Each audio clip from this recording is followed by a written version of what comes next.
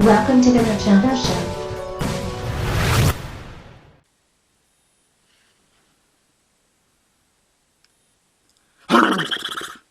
Why, hello there.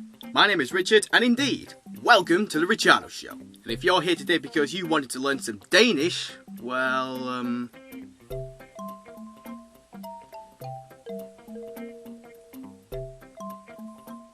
then you've come to the right place. The Danish phrase of the day is "leg godt," which when you translate it back into English means play well. And here's some fun little trivia for you. A well-known Danish company decided to take this and shorten it to make their company name. None other than those people behind the lovely plastic little bric-a-bracs that we all know and love as Lego. And it's impossible to ignore the impact that Lego has had on the world today. For well over 60 years, children and adults of all ages have marvelled in piecing their Lego together brick by brick and creating wondrous models, from the simple to the detailed and to the absolutely flippin' outrageous! The great thing about Lego was that there wasn't a wrong way of playing with it, unless you put it in places where the sun doesn't shine, in which case you're a Mr. Person. But it was a great toy nonetheless, where the only thing stopping you from doing anything with it was the limits of your own imagination. They were always awesome and always fun, except for that moment when you'd accidentally set bare foot on one of the little bastards. And the craze managed to sneak its way into video games. Titles like Lego Island, Lego Loco, and more recently games that had characters from Lord of the Rings, Batman, and Pirates of the Caribbean, to name but a few, shown off in glorious little yellow man form. So you know what? I think my next review should be of a Lego game now that I'm feeling all nostalgic. Yeah. Come on, let's go see if there's a Lego game that we can really chow down onto. Phew. Right, let's have a look. Yes. Yes! This one's perfect! This is broken! I mean, seriously, take a look. It won't work.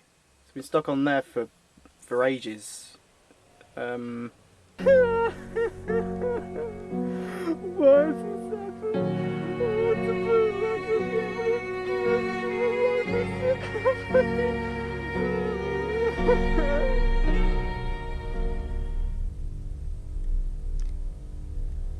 Hold on a second.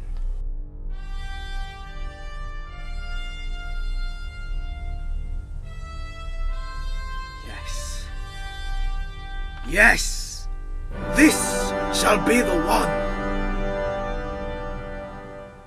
To rule them all. I can't say I know much about Lego Rock Raiders, but I was able to find out that there was a line of Lego toys under the Rock Raiders theme, and this game was licensed and released in the UK at some point in the year 2000, I guess.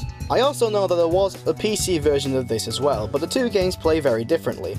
The PC game was more of a real-time strategy game, whereas the PlayStation version is more your box standard action adventure. Okay, so I've got the PS1 version in and raring to go, but is it bound for the treasure or the trash list? The only way we're going to find out is by playing the damn thing. Allons-y!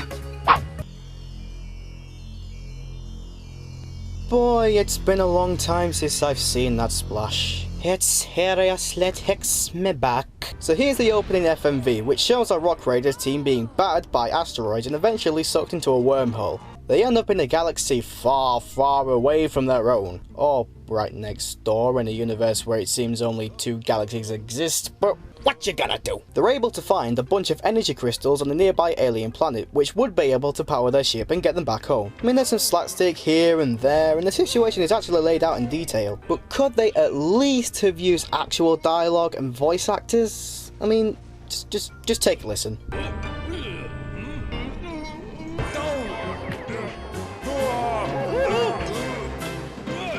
It hurts my ears.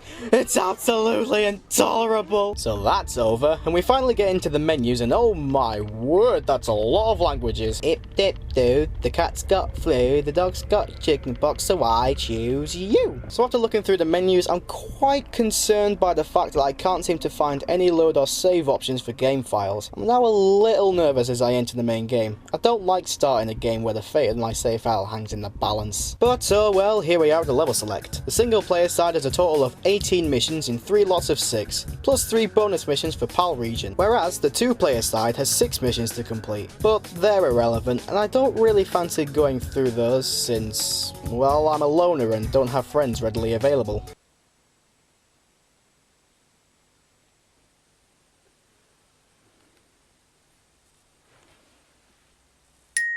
So before you start the level, you're given a mission brief and a set of objectives to complete. Agreed? Motorcycle. So before you start the level, you're given a mission brief and a set of objectives to complete, graded with bronze, silver and gold medals for how well you do. Then you get to pick your rock raider. There's 5 of them, all line of stone, and each one has specific perks that may work to your advantage. Axel is able to drive land vehicles faster and can automatically repair damage to the vehicle he's driving. Dox is able to use minerals in the environment and this lets him recharge his health and shields automatically. Sparks is able to sort double the amount of pickups he receives, so he can find twice as much ammo for weapons from a single pickup. Jet is the aerial ace of the team and can jump longer and farther than any other rock raider thanks to her jetpack. And Bandit is the salty sea dog who can drive water vehicles faster and his shield is unaffected by water. I think I'm gonna pick this dude. And after some fairly long loading times, it has to be said, I'm finally in the game. And the first thing I notice is the graphics quality. For a 2000 release game, I have to question whether this was the best that could possibly be achieved. Compared to the screenshot to the PC version, they're really quite shoddy. And then think about what kind of graphics quality that games in previous years were capable of. There is a serious lack of detail here. But anyway, how does the game play? So your character has free roam in 8 directions, and your main tool is your drill that can break through certain rock faces. If you use your radar with the R1 button, you can see the environment in various shades of green, where lighter shades denote walls that can be drilled through or destroyed with dynamite or lasers. Use your drill next to a piece of drillable rock with the triangle button and break through a few moments later. Your main collectibles are the energy crystals, in green or red varieties, the latter of which are more rare and more challenging to collect. You may also need to pick up ores from drilling rocks and help rescue lost crew members, depending on your objectives. If you end up low on health, shield pickups and vehicle repair kits are littered across each map. You may also need to use vehicles to help you in your exploration of land, water and in the air. Some are mere transportation aids, some pack their own drills and others have big meaty lasers on the back. If you don't have a vehicle that you need, collecting ores and taking them to a vehicle teleport pad will allow you to build the vehicle for you to use. Once you've done all that and ransacked the cave as best as you can, you return to the beam station to complete the level. It's a pretty simple goal, I hear you say. However, you're not alone down there, as you'll need to circumvent your way around various alien creatures, some more dangerous or just generally annoying than others. Purple scorpions that chase you, green ones that shoot energy balls, damage vehicles as well as yourself, spiders that incessantly chase you, slimy slugs that go all turbo mode on you and knock you far distances away, and the biggest of them all. What the hell is that? These large humanoid rock monsters pack a mean stomp attack that can take great chunks of health away unless you can dodge the shockwave. Okay, maybe I'm getting ahead of myself because in truth, these enemies are pretty pathetic when dealt with quickly. For one thing, you can pick up weapons that can get rid of them or stall them for a bit. You can choose from a push rifle and a stun gun to deal with the creatures, and you can also pick up a laser rifle that will also power the lasers in certain vehicles to blast away tougher pieces of rock wall. Dynamite packs are also useful to destroy walls that your drills can't penetrate. Other gimmicks may include coaxing large rock whales into rivers to create makeshift bridges, or using a water trough to douse red hot lava lakes and make yourself a path across. So while there is all that to talk about, I kind of feel the way it's all executed is a little bit underwhelming. The level design in each mission is pretty uninspiring and leaves very little to behold, combined with the limited variation in environments and textures that include plain rock caverns, ice caverns and volcanic environments. Trudging through each world in search of collectibles can get extremely monotonous. You'll be happy to see the end of it all if I'm honest. Controlling your character feels okay, but trying to deal with controlling vehicles can get a little hairy. You may need to change your driving style in the options to find the one that suits you. Now Rock Raiders is a very exploration oriented game, but when that main exploratory gameplay element is made to be this boring and this cumbersome, it doesn't bode well for the whole game as an experience. The music is clean and well produced however, and some of the tracks manage to work well in creating a little bit of atmosphere. For the most part, however, it's nothing too groundbreaking. You won't like hearing it over and over as you're playing. But here is an actual positive for a change.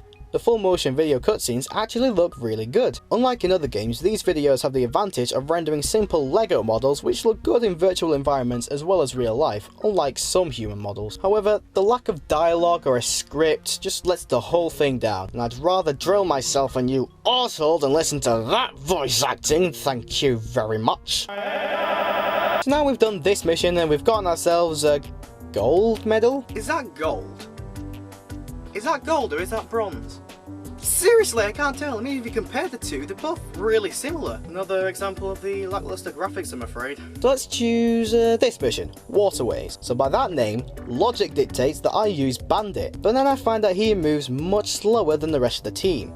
I mean, why? Well, I can understand you might want to balance the character out since he's the only one unaffected by water, but the speed reduction is a little bit overkill for me. And since this stage has a time limit, I'm fighting a losing battle here. So there's actually very little appeal in using this character over the others because he moves so slow, and it makes the roster a little bit unbalanced. And great, I have run out of time. No. You don't freaking say. Oh well, he's useless, so let's exit and pick another character. Oh look, Bandit's gone. Good riddance. Turns out that if you fail a mission with one character, he's left out of the character selection for the next 4 mission attempts. So I pick another character and have very few problems in passing the mission. You can learn a few things from the rest of the crew, eh? So say we get to a point where you've done a bunch of missions but you want to take a break. But what about the issue of the save feature? Let's assume you just exit anyway to try and find the save option in the menus. If you want the quick answer, there isn't one. So you try to go back and recover your progress, but the option specifically says New Game. Bad luck, trooper. Your progress is completely wiped and you have to start all over again. Shush, shush, shush, shush. Look, I understand your frustration, but have you been paying attention to the passwords at the end of the missions? No? Well, that's essentially the save feature, meaning that when you want to stop playing, you'll need to make a note of the passwords and enter it to recover your progress. And yes, I agree. It's a horrible idea! What were the makers of this game smoking when they suddenly thought, oh, instead of a normal save feature, let's instead make the players note down a password that they have to remember if they want to get back to where they left off. No. Just no. So we've gone through and completed all 18 missions, and now we can send the Rock Raiders home. Yay. So those 18 missions will probably take you about 3.5 hours tops. And that's 3.5 hours of my life that I'm never getting back. I hope you're happy. Now I'm exhausted and a little bit annoyed at this game now. So what do I think of Rock Raiders as a whole? Well, I don't think there's any denying that this isn't a good game. The experience as a whole is very tiresome with very little to offer. Boring gameplay, bland level design, and the forgettable atmosphere all come together to make a wholly unimpressive game that you will not want to come back to, not even for the 2-player side. It's not nice to look at, the soundtrack is standard at best, and there's far too many things in this game that are capable of frustrating you to no end, not least the lack of an actual save file feature, and the unbearable voice acting. It does have nice looking FMV videos going for it, but that's pretty much the only thing going for it. But the biggest thing for me is the fact that this is marketed as a LEGO game. I mean, if you think about it, there's very little here that captures the spirit of LEGO. That magic of building your own creations and using your imagination. I mean, look at other LEGO titles at the time.